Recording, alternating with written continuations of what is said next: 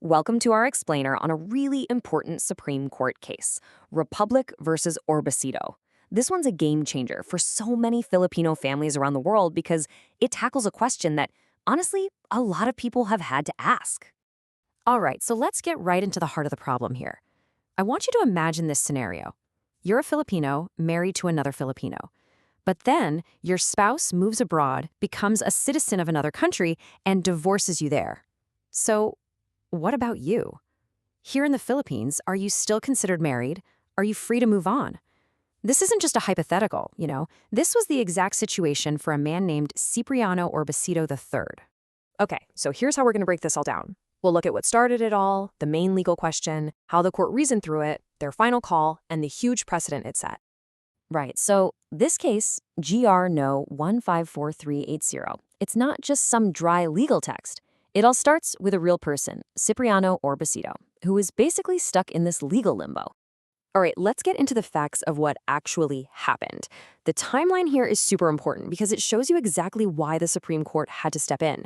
So check out this timeline. It all starts in 1981, a marriage between two Filipino citizens, Cipriano and Lady Myros. Just 5 years later, she's off to the U.S. with their son. And then years go by, and Cipriano finds out two major things. She's become an American citizen, and by 2000, she's not only divorced him, but is also remarried. You can imagine, right? This put him in such a bizarre legal spot. He had to go to the courts to figure out what his status even was. Okay, so here's the thing. Nobody was arguing about what happened. The facts were clear. So this whole case came down to just one thing. How do you interpret the law? The court called it a pure question of law, which basically means they were in uncharted territory. There was no direct precedent to guide them. And this is the million-dollar question, pulled right from the court's decision. It asks, given a valid marriage between two Filipino citizens, where one party later becomes a foreign citizen and gets a divorce, can the Filipino spouse also remarry under Philippine law? It sounds super specific, but man, this reflects the real lives of so many Filipinos today. So you had two very different arguments. On one side, the government, through the Solicitor General, said, look, let's read the law exactly as it's written. Their take was that Article 26 of the Family Code only counts for mixed marriages. A Filipino and a foreigner from day one. But Orbecido's side argued for something else entirely. They said that kind of strict reading would lead to a totally unfair, unjust result where his ex-wife is free, but he's still considered married. So, how did the court tackle this? Let's dig into their core reasoning, what lawyers call the ratio decidendi. This is the why behind their final decision. Really, the court's main goal was to prevent what they themselves called an absurd situation. Think about it. You'd have the spouse who became a foreign citizen, now totally free to remarry, while the Filipino spouse back home is still married to them? It just doesn't make sense. It's a one-sided marriage, and that's the core problem the court wanted to fix. Now, let's look at the actual law everyone was talking about. This is Article 26, Paragraph 2. And if you just read the words on the page, you can kind of see where the government was coming from. It says a marriage between a Filipino citizen and a foreigner, which sounds like it's talking about how things were at the very beginning, at the wedding. But here's the brilliant part. The Supreme Court said, nope, we're not going to read this literally.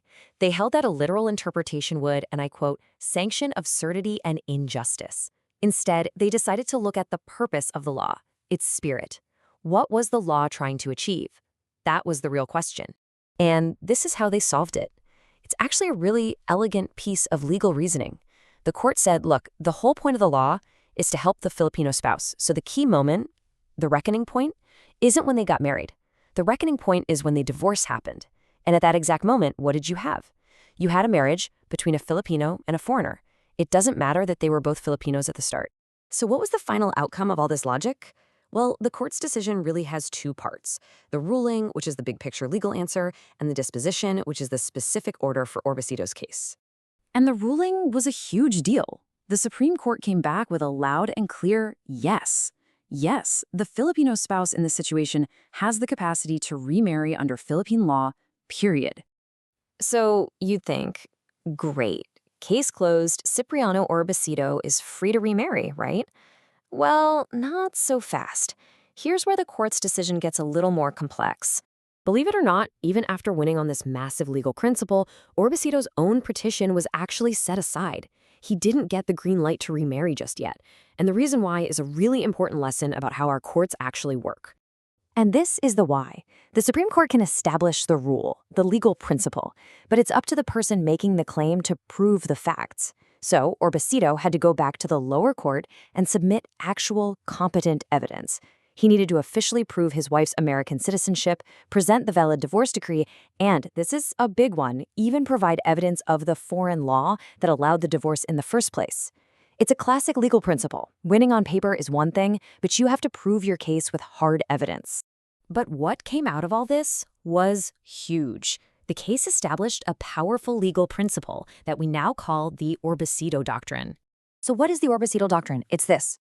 For that part of the Family Code, Article 26(2), to kick in, the thing that matters is the citizenship of the spouses at the time the valid foreign divorce is obtained. It's not about their citizenship when they first got married. That's the key. What this case did, essentially, was take a big, confusing legal gray area and replace it with one clear, solid standard. It brought some much-needed clarity for so many Filipino families whose lives stretch across different countries. So what does this actually mean for you, for people out there? It means there is now a clear legal path for Filipinos to remarry after being divorced by a spouse who used to be Filipino. It basically closed a loophole and made our family law a little bit fairer for our modern global world. So let's wrap this up with the key takeaways. The Orbecido's case is, first, a perfect example of how the intent of a law can be more important than its exact words. Second, it shows that the law has to be flexible enough to avoid outcomes that are just plain absurd and unfair. And finally, it's a powerful reminder that winning the legal argument is only half the battle. You still got to prove the facts. The Orbecido case really gives us one powerful answer to a much bigger question. It leaves us thinking, in a world where our lives are more and more international, how should a country's laws evolve to keep up?